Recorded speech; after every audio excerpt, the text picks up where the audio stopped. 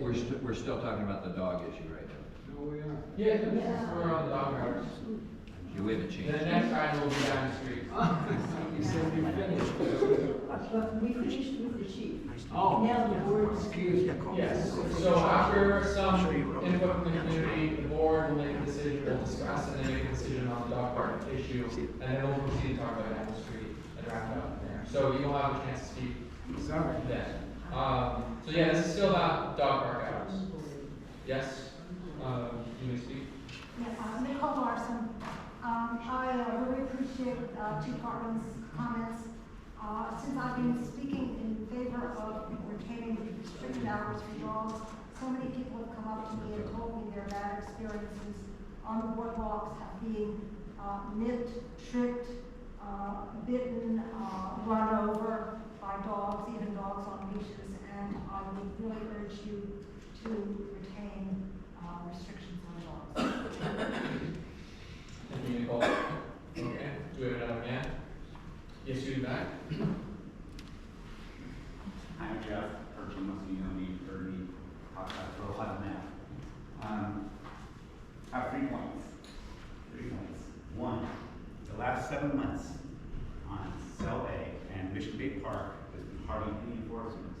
The police department, I've talked to them, they all told me they're done with this ridiculous rule. You serious? You can't walk your dog with a leash in the park? This is a park, right? What park do you walk your dogs all the time? You can't do it in Mission Bay Park. All the other parks we can walk our dogs in San Diego. We can't do it in Mission Bay Park. Okay? 7 months, hardly any enforcement. Even the rangers are waving at me. When I'm walking my dogs at 2 o'clock in the afternoon, everyone else is walking their dogs. Memorial Day weekend, there were hundreds of dog walkers all day long, all weekend long. There was volleyball, parties, everything going on. The police were walking right by the dogs. I don't believe it. I didn't see any incidents at all. Because we don't walk our dogs. It's just walking our dogs. That's all we want, a leash. You know? And All right, that is time. is that my turn? Yeah, it's 1 minute. Sorry, it's a harsh 1 minute, but we got to Okay. get things rolling. Thanks.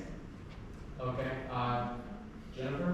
I was not going to speak on this, but after hearing the chief, I feel like I need to because I came here fully thinking that everybody should be able to walk their dogs all over the place, in the park and everything, but after thinking about it, the boardwalk is really difficult. If I could let people walk their dogs on the sand, that would be great, but knowing how difficult it is to enforce things as it is, I would hope that you all vote to just keep it the way that it is so that enforcement can stay as easy as possible for our law enforcement team.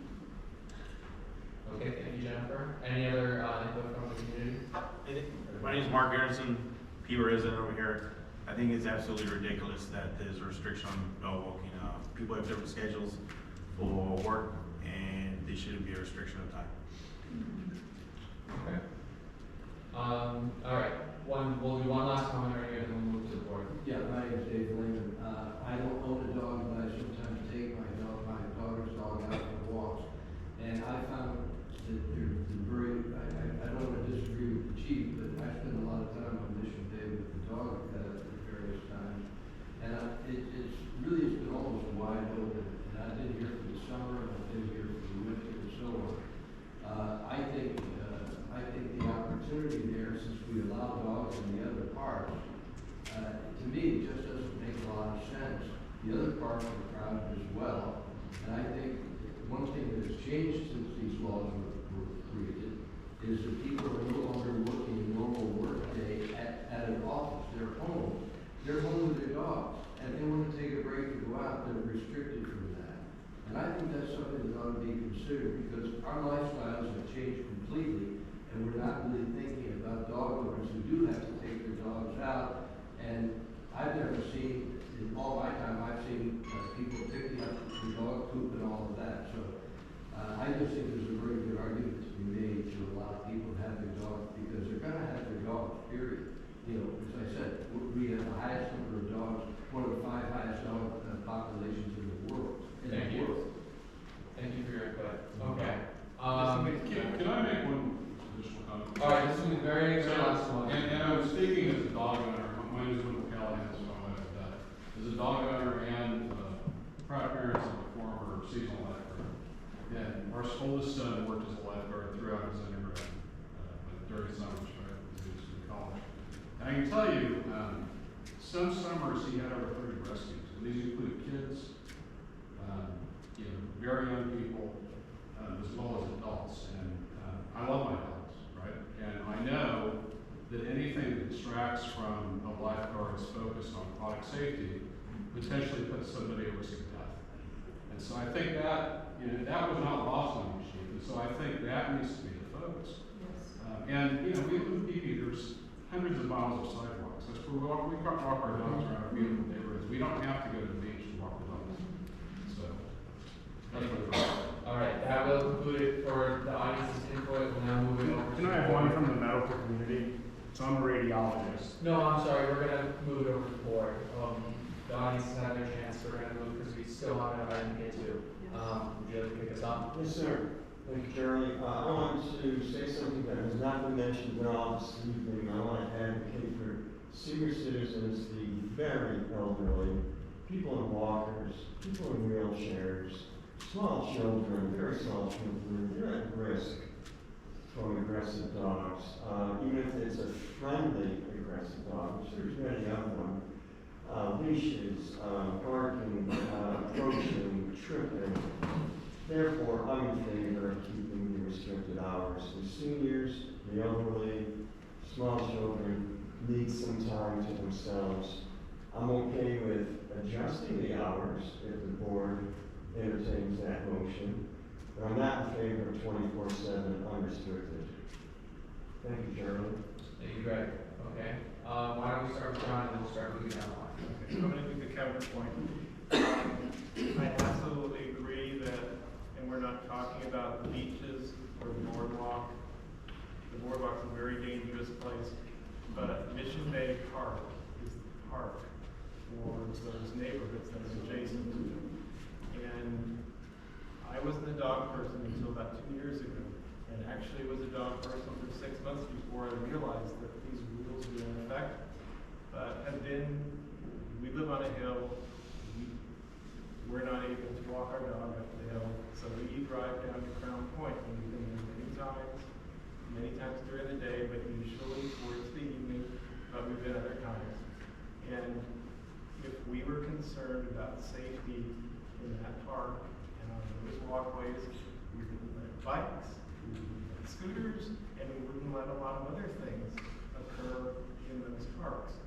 And there are irresponsible dog owners, just like there's irresponsible anybody else, and I'm not going to make any apologies for them. They're breaking, the rules of society. But responsible dog owners pick up the poop, and they have the dogs on a leash. And if they get into an altercation with another dog, which does occur, they pull them back. And so I think the park should be treated like any other park. We're talking about Balboa Park, very busy parks in San Diego should be treated the same. And I want to take the lifeguards, the police, the park rangers, all those people out of having to mediate disputes between people that like dogs and people that have concerns about dogs, and let them do more important things. So that's my position. Yeah. You have a hand up? Yeah, I do. The main thing, there's no enforcement anyway. When I'm walking a dog on the boardwalk in PB, I'm kind of nervous about it, but we still do it. We know the police aren't going to enforce anything. I think they should be able to be down here in Mission Bay, though, because that is a park. Okay. Debbie? I'm gonna kind of go along with the consensus of the board because I'm a commercial seat. I don't live here. When I take my dogs, I have 3 labs. When I want to take them, I just go to US Highway. So I'm not gonna go, I am not going to take them on the boardwalk. I'm not gonna bring them down to Crown Point and let them all off leash here. I just, that's not my thing, so I'll just go along with the board of the residential people, you know, I mean, I understand people that have dogs, they need to walk them, but I think if you're living by the beach, doesn't mean you have to walk them at the beach. There's areas, you know, sidewalks and, you know. Thank you. Board? Well, we do have a rule, and if we change that rule, it'll never come back again. I'm a bicycle rider, and when I ride on the bay side, we have dogs on the sidewalk crossing over to the grass, and it can be kind of dangerous. Now with the electric bicycles, it can get kind of dangerous with the dogs on the sidewalk there. Thank you, Gordon. Scott? Yeah, I'm gonna tag on to what Gordon is saying. There's lots of places to walk dogs. Lots of places. I have probably 25 people walk in front of our houses. Charlie lives next to me. Every day, people are walking their dog. They poop and pee on my property. I'm not really worried about it. But there's not a lot of places where you can go and not have a dog. And I see the restriction differently. I see that the people who want to go to the park and not be around a dog, fearful of a dog that runs up to them, they only have these hours. I think we're looking at the restriction all wrong. There's certain places and people, or where people can go, where they don't have to have an interaction with a dog. And I'm very disappointed to hear that there's very little enforcement. I think this is across the board in the city. And so I would say, if you survey the public and say, what's our biggest problem? Lack of enforcement. Yeah. Code enforcement, pot smoking outside in the public. Lack of enforcement is, why don't we have enforcement? Because we don't have the manpower to put it on it. You know, you go to Coronado and you drive down Orange Avenue with your windows down and your radio blaring, you're pulled over. They have enforcement. No tolerance. And we have lack of enforcement, then people just think, I don't have to worry about any enforcement. I can do this. It's the broken window policy. If you don't take care of the little things, then everything's just gonna get bigger and bigger problems. Chief, did you say that your officers go and hear an appeal and nobody ever gets cited? They always get off? No, they don't always get off. Good. But there are many that they do. And who is it letting depends them on, off? it's the adjudicate at the traffic court. So Okay. our non-misdemeanor citations, infractable citations, go to traffic court. All right, so. And there's no attorney presentation for an officer at traffic Yeah, court. I got it. I appreciate that, but it's time consuming. I understand it's time consuming. And I don't think, it's just like the speed limit laws, right? There are lots of people driving over the limit.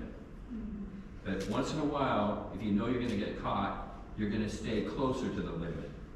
And I think that's true of the dog issue too. We've got lots of people letting their dogs run free, but it will happen more and more if they know that nothing's gonna happen to them. So, I'm gonna vote to keep it the way it is. I think what we have is a balance right now. And that balance has been working, and I don't like the idea that we're gonna imbalance it. Thank you. Thank you, Scott. Ryan? Yeah, I probably largely agree with John. I definitely understand, Scott, with your perspective of the hour restriction is a benefit to those people and is a liberty to the people that don't want to be around dogs. I probably just feel that the more laws you have that aren't respected, the less the laws matter in general, and I would rather have less laws that are more respected. I think a lot of the enforcement in this way would be best at like a social level, where local dog owners get shamed if they're not picking up after their dog, if they're letting a dog run all over. I think we just need to go back to good old fashioned, like the community is telling you, like, this is not okay. And that, like, kind of relying on, like, the law enforcement to do that, is just kind of taking away resources from, like, bigger clients. So I am leaning towards, like, look, the law largely is respected. People should be able to kind of self-govern and manage relationships between themselves. So we should just get rid of it. Thank you, Ryan. Okay, Carl? I really agree with almost everything that Scott was saying. One of the things that I keep hearing over and over again is that it is called Mission Bay Park, but to say it's just another park, it's the same as all other parks, that's ridiculous.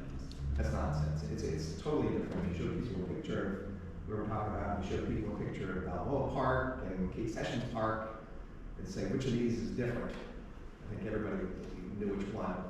Also, I walk boardwalk with my wife almost every day, and if I were walking by myself, I would not have any problems, but I walk with her, and for whatever reason, dogs go after her.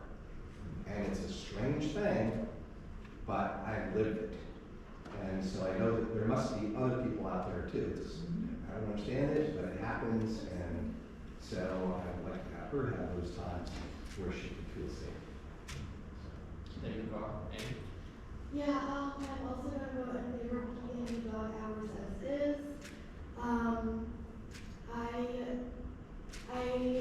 While I used to walk and run, boardwalk all the time in the bay, and every time I would see a dog off leash, even after the set hours, I would just stop and like go up another street. I've been chased, at Faneuil Park, like, yes, you can pick up your dog's poop, but you can't pick up their pee, and that's what the kids in front of Faneuil Park are playing in. And then another thing is, like, there's no enforcement. So, like, I've personally told people, like, oh, can you please put your dog on a leash? I'm really scared. Like, and I just pass by and I flipped off and called names and said you're not allowed here, and I just, like, I feel like we're putting dogs over people. That's what we're doing, so. Okay, well, Greg, you kind of kicked us off, but I don't know if there's anything else you want to add. No, thanks. Thanks everyone. Really interesting points. Thank you all, especially Carl and Ryan and Scott and Gordon, that brought new perspectives that I hadn't thought of. Well, I can't vote on this item since I'm chairing it, but I will give a little bit of my own perspective. I think that there are excellent ideas and inputs that people have given both on the board and from the audience, and over the last few months we've been looking at this item. I do agree with some of I agree with some of everybody's points, but definitely to some of Scott's points that currently with what we have, there is a time for every kind of person, no matter if they're sensitive about dogs, at Mission Bay Park. Whether they love dogs, they want to be around them, or bring their own, there's a time. They don't want to be around dogs, they have trouble with dogs, or if they're just trying to skate down the boardwalk and have to deal with any potential obstruction, there's a time for that too. But I understand the dog lover perspective, why you want some more access for dog time down the beach, especially in the winter. And that's why the compromise that the town council adopted a few years back was the universal every 10-4 time throughout the year. But I also learned kind of from the chief and from some others that one of the arguments supporting the universal time is that it's confusing for community members as well as for the lifeguards to enforce 2 different times throughout the year. It really doesn't seem like that's the case, at least from the enforcement part. It might just be the actual manpower behind it. So I won't give my final opinion, but the town council had backed the universal year-round separation of times. And that's probably where I would align myself tonight still. But I will just say I view like the off-leash dogs and the dog like being allowed on a leash like very differently, right? Like off-leash is still restricted. That's like still part of everything. Dogs off-leash are not allowed. There are spaces dedicated for dog owners to do that. Yeah, none of the proposals tonight are allowing for any unleashed dogs. All of them So the board can now proceed, because there's still not a motion made, there's basically three options. There's the 24/7, still leashed but unrestricted time, 24/7 dog time at Michigan Park. There's backing onto the town council's proposal from years back to have a universal time. And then there's affirming the current existing municipal code as it exists. Currently the board has not taken a stance, so now is the time when a motion can be made on one of those three. Chairman, what I'd like to do is make a motion to keep the times the same. If the motion fails, someone else can make a motion for the universal time. Does that sound? I'll second that. Okay, So I'm motioning to keep the To keep it the times- way it is. Keep it the way it is, 9 to 6 summer, 9 to 4 winter, 30 seconds. If it fails, we'll keep going, Charlie. Yep, sounds about right. So there's now a second for that motion. Any discussion for that? Saves a lot of money on signage. The city needs all the money it can get right now. Okay, well then, what is their vote for all those in favor? Vote for Keep that. them the same. Okay. So what is that? Sounds like 8. 8, all against? Okay, 2. I think there's no one to oppose, or abstain. So the motion passes then to affirm the current existing municipal code. That sounds like. Okay. Everybody started? Yeah. All right, well, thank you for everybody who came for the dog park hours. We'll now move over to another very hot button Charlie, issue. excuse Yeah. me, we don't have any more voting to do. There's no more voting. There's. Okay, because I have to go and I don't want to upset the quorum. You will not upset the quorum. We have, we'll try to keep things quickly because we're just slightly behind schedule. All right. Yeah, I gotta go. So Charlie, just for Scott, the vote was actually down, it was 7-2. Oh, I'm sorry, I forgot Charlie's. Oh, yeah. 7-2. And all the other votes are not going to be, representative. Okay, so we'll just talk about, so this one's not a vote for tonight. We're gonna talk about Diamond Slow Street, Diamond Slow Street pilot program, which the planning group, just a little bit. Excuse me, can you, go discuss outside things? We are still doing business. You may talk outside, or you may sit down and listen to you. So just a little bit of backstory, anybody who was actually there, because this is from before my time. The planning group of 2022 had backed the Diamond Slow Street program when it was still in its form as a pedestrian only, pedestrian biking, I don't know what you call that, skating access. Did you say it was 2022? It was in 2022. April 2022. Basically the planning group voted to support the Diamond Street, Slow Street program as was presented today. Since then, that program has changed. Now there's kind of traffic calming measures with the bollards on Manual and Cats. And so what the planning group did back in 2022 has now since changed. It's been 2 years, and currently I think it's halfway through its new pilot program phase with the bollard program. And so now the planning group, I don't know if members want to revisit this item, and so tonight we're not voting on it, but we will kind of talk about how we want to proceed, what information we want to see in the future. We will allow before the board talks some input from the community. This will now be your opportunity, sir. Everybody will have 1 minute. Charlie, I wanted to apologize. I didn't know you had to vote on it. My pleasure. I have a dog also, a law-abiding dog. But as far as the Slow Street program, we had a very successful workshop here with actually 4 different groups and lots of different ideas. And I want to know, did that ever make it to the town council? Did it make it to Joe LaCava's office or anything? Because he was talked about not participating in PB. And that's the first thing I'd like to say. The second thing, we've been saying it at every meeting, whether it's a parking committee meeting or whatever, how does Diamond Street get notices, like in the mail, the same as a new construction project comes? They ask, are you for it or against? They have our addresses and everything else. No one on Diamond Street has ever received notices of the various things.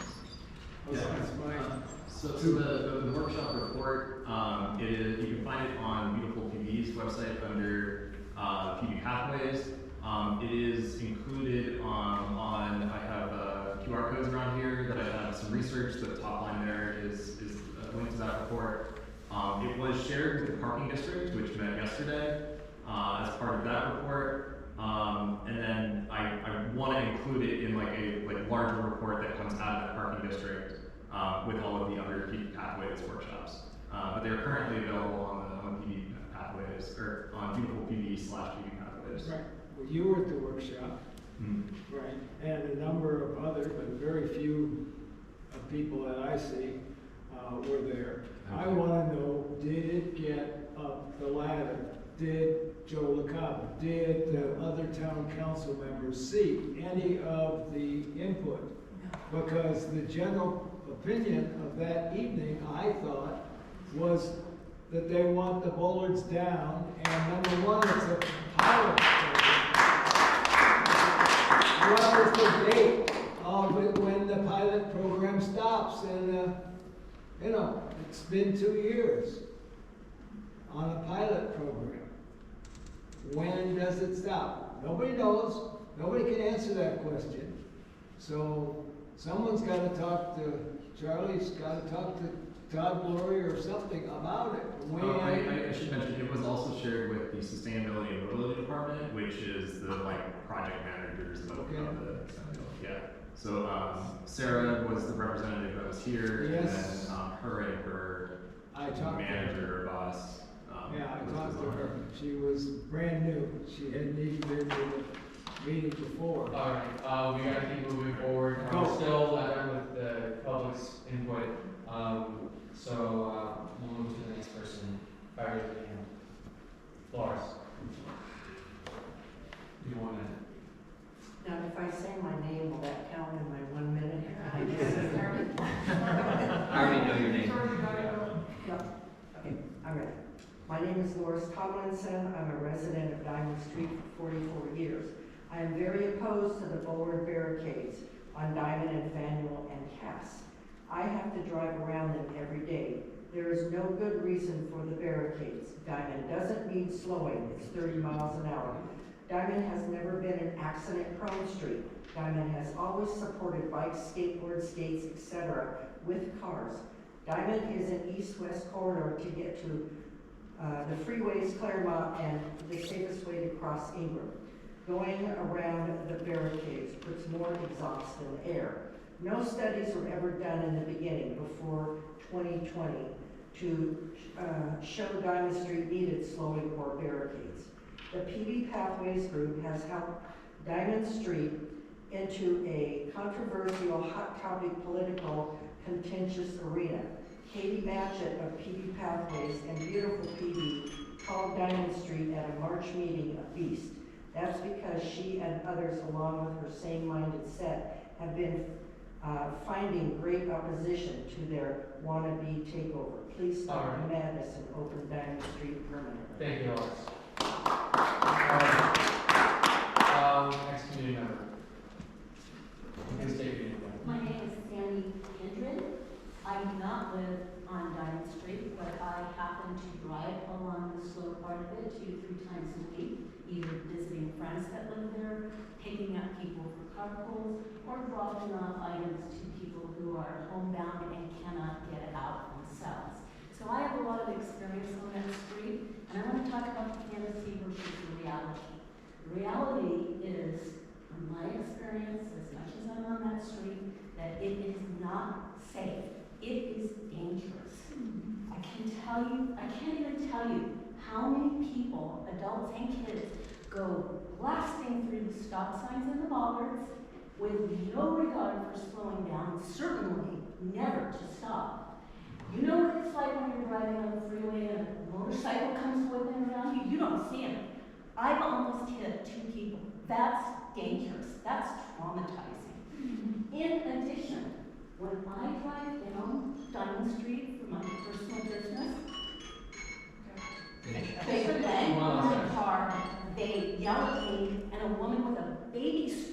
actually blocked my path. It's not safe, it's dangerous.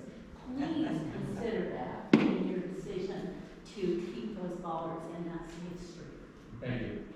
All right, next community member, no, there's two more. Jennifer?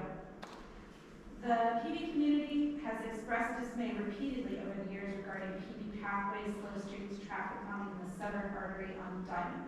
We balked at the community plan. We screamed over the fact that the street was taken over during COVID as a temporary measure.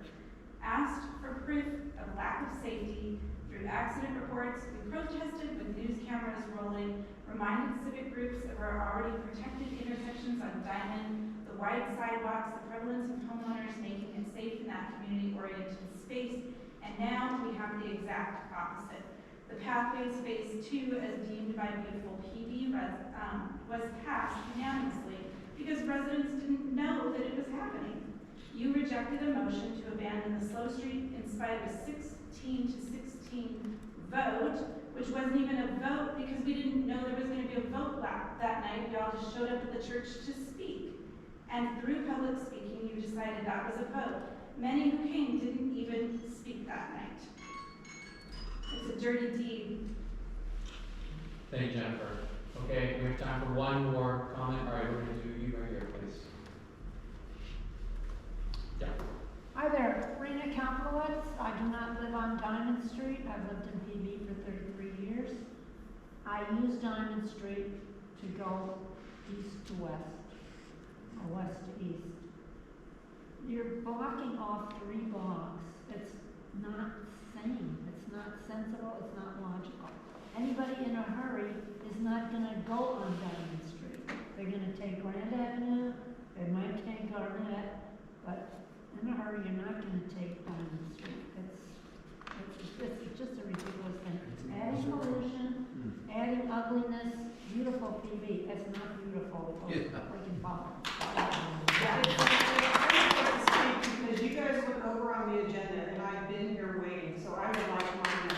All right. One last comment right here. My name's Yvette Callahan. I live on 1300 block of Missouri Street. What those ballards have done is now people race down Missouri Street because the traffic is diverted. And it's cars.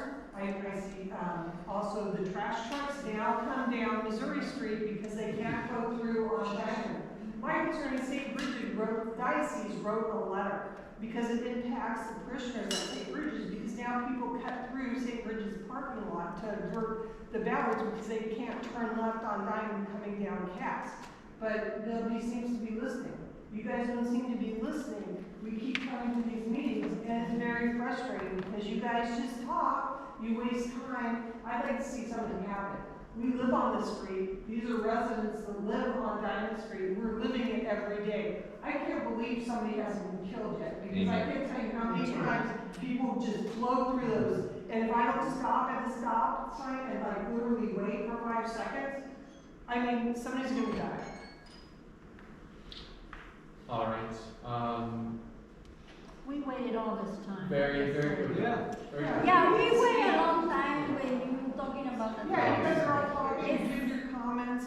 We should. Well, there's no voting happening tonight. It doesn't It's matter. discussion. You're heard it. Okay, Araceli. Very quickly. I want to say that you guys took 30 minutes to put those bollards, and it takes us 2 years already for you guys to listen to us, the residents, and you don't even acknowledge what we are going through having those bollards. You just ignore everything we say. So I want to know when you will take those bollards, when you will listen to the residents that we live there and we struggle to go to different areas just because you don't want to remove those. All right. Okay, so there's some confusion here because part of what I talked this with is that the planning group had voted on the slow street in terms of it just being pedestrian only, no infrastructure installed in 2022. The bollards went in last year, 2023, and the planning group has never voted on that since. So the planning group is not responsible for the bollards, whether you're in favor of them or against. Yeah, so now, we finished for the public comment. comment. We will be voting on this item most likely in the future, and then you guys will have more opportunities to speak. But this is. 1 minute,